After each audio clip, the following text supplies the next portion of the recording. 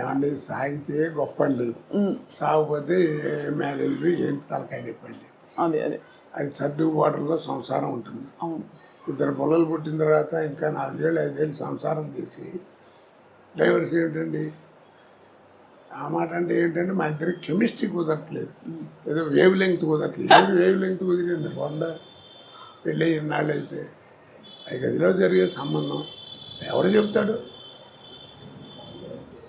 కాబట్టి అది ఎవరు చెప్పినా, నీకు డైవర్స్ ఇచ్చే లాయర్ చెప్పినా నాయన అన్నీ బాగున్నాయి నేను చేస్తాను, ఎందుకైనా మంది ఒక 6 నెలలు మీరు ఆగి రండి, ఈ లోపల మళ్ళీ ఏమైనా మార్పులు మారుతాయేమో అని చెప్తాడు. ఎవరైనా కలిసి ఉండమంటారని వెళ్ళిపోమని ఎవరు అంటారు కదా. అంతే కదా సార్. ట్యూబ్లోంచి బయటకు వచ్చిన పేస్ట్ని మళ్ళీ ట్యూబ్లోకి పంపించాలనుకోరు, అలాగేనా? పంపగలవా? ట్రై చేసి చేతికి అంటుస్తామని పంపలేవు. అలాగే గడప దాటి వెళ్ళిన సంసారాన్ని కూడా ఎవరైనా లోపలికి తీసుకురాలేడు. అది వాళ్ళిద్దరి మధ్యలో ఉంది. అదే అంతే కదా సార్. నేను అందుకే సంసారం ఉన్నాడు. అమెరికాలో ఒకసారి వెళ్ళినప్పుడు సంసారపక్షంగా ఉంటే బాగుంటుంది అన్న. ఒక ఆవిడ పెద్ద కోపం వచ్చి సంసారపక్షం అని 3 సార్లు అన్నారు. ఇప్పటికీ సంసారపక్షం అంటే ఏమిటంటే అని అడిగింది. ఎన్నాళ్ళు అయిందమ్మా నువ్వు వచ్చాన్న? 28 సంవత్సరాలు అయిందన్నాడు. అంది. సరే బాగానే ఉంది. పెళ్ళి ఎన్ని ఏళ్ళు అయిందన్నాడు? 30 ఏళ్ళు అయింది. ఈ 30 ఏళ్ళలో మీ అమ్మ నాన్న ఎప్పుడన్నా గదిలో కూర్చుని తలుపేసుకుని లోపల కూర్చుంటావు నువ్వు చూసావా అన్న. నేను చూడలేదు. అదే సంసారం అంటే అన్న. ఏం చెబుతాను దానికి అర్థం? మరి ఆ జ్ఞానం ఉండాలి, అడగకూడదని. అలా తయారైంది. ఇప్పుడు యువతంతా ఎందుకు పాడవుతుంది? 2 నోట్ చేసుకున్నాం. మీ మాస్టర్ చెప్పినా, మా మాస్టర్ చెప్పినా, వాళ్ళ మాస్టర్ చెప్పినా, ఎవరు చెప్పినా రోడ్డుకి వెడం పక్కనే నడవమన్నారు. కుడిపక్క గురించి వాళ్ళ నోటమ్మడి రాలేదు. ఇప్పటికీ రోడ్డు మీద పోలీసు వాడు కూడా కీప్ లెఫ్ట్ అంటాడు. అది రైట్ అని మాట రాదు.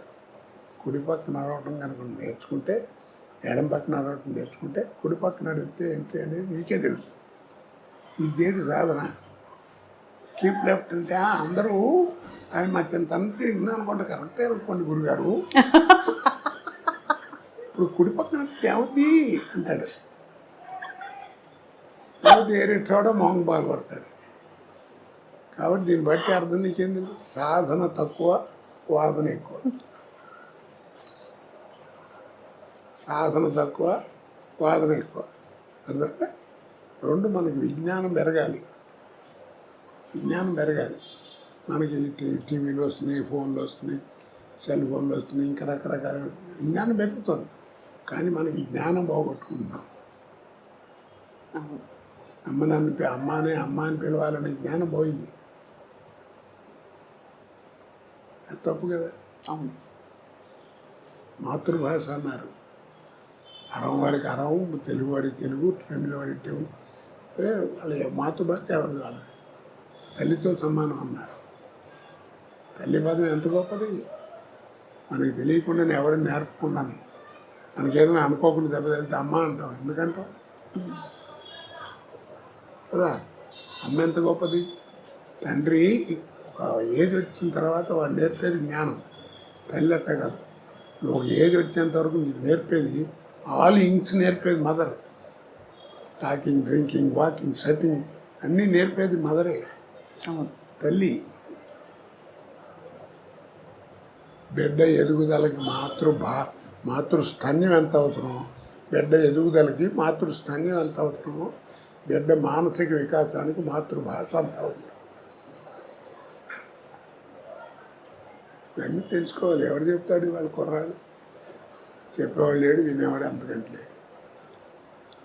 అసలు ఎన్ని విషయాలు సార్ మీరు అసలు అలవోకగా మీరు ఎన్ని సందర్భాలు ఇలాంటివి చెప్పారో తెలియదు, కానీ మీకు మీ భాష కానీ మీ ఆలోచన కానీ సార్ నిజంగా ధన్యులం అవుతున్నాం అందరం. అది కూడా మంచి కామెడీతో చెప్తున్నారు, అందరికీ అర్థమయ్యేలాగా. దీన్ని చదవాలంటే రామాయణ భారతాలు చదవక్కర్లా. ఈ జీవితాన్ని వాడు ఏం మారట్లేదని చంపేస్తున్నాడు కుర్రాడంటే వదిలేవయా, వాడి జీవితమే వాడిని నేర్పుతున్నాడు అంటారు పెద్దవాళ్ళు కదా. అడే నేర్చుకుంటాడు ఏమైనా పోతే. అవసరం మనిషిని అంత పని ఏం చేస్తుంది. వ్యక్తిగతంగా అలాగే మీరు అన్ని రసాలు చూశారు, విషాదం చూశారు, సంతోషం చూశారు, విజయం చూశారు. మరి నేను పడ్డ బాధలు ఎవరన్నా పడ్డారు? నీకు తెలుసు కదా అన్ని. అవును సార్. మరి నా కీర్తి ప్రదేశ్లో అంత గొప్పగా ఇచ్చాడు, బాధలు అలా ఇచ్చాడు. నా అదృష్టం ఏంటంటే ఈ రెండింటిని తట్టుకునే గుండె ఇచ్చాడు. వాటి చేతి తాగిపోతే ఎప్పుడో నాశనం అయిపోయాడు. మంచి జీవితాన్ని ఇచ్చాడు. ఎంత మంచి జీవితం చూడు, ఎవరు ఎట్టక్కల చెయ్యి. ఇంకా ఏదో ఎవరినో వస్తే ఒక రూపాయి సాయం చేసే పొజిషన్లో ఉంటాను. అలాంటి జీవితం ఎంతమందికి ఇస్తారు భగవంతుడు కదా.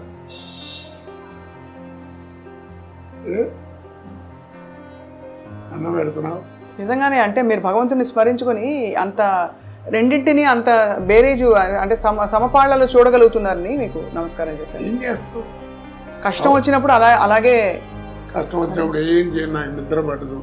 రాత్రి పడుకునేవాడు 3 అయింది, అట్ట మంచం మీద కూర్చునే ఉన్నాను. దేవుని తలుచుకుంటూనే ఉంటాను. అందరినీ నాకు జ్ఞాపకం వచ్చింది దేవుని తలుచుకుంటాను. అంటే అది మనం ఏం చేయగలం? ఇప్పుడు ఈ జాతకాలు ఇవన్నీ చూసి చెప్తారు కదా, అవన్నీ మనం ఇవి ఉన్నాయంటే దాని క్వశ్చన్లే ఆన్సర్ లేదు. ఉంటాయి, లేకుండా ఎందుకుంటుంది? ఎందుకుండదు? జాతకం అనేది ఇట్స్ ఏ డిక్షనరీ. మనం తెచ్చి చూసుకుంటే నాయన బలాన్ని పీరియడ్ కొంచెం బాగాలేదు, జాగ్రత్త అని చెప్తుంది అంతే. అంతేగాని ఈ క్షణం బాగుండదు, ఇది బాగుండదు, ఇది బాగుండదు అని ఎవడు చెప్పలేడు. కాస్త జాగ్రత్తగా ఆ పీరియడ్లో ఉండటం కోసం నీ గైడెన్స్. కానీ అసలు జీవితం అది కాదు. నీ లైఫ్ స్పాన్ ఎవరు చెప్పలేరు. అవును.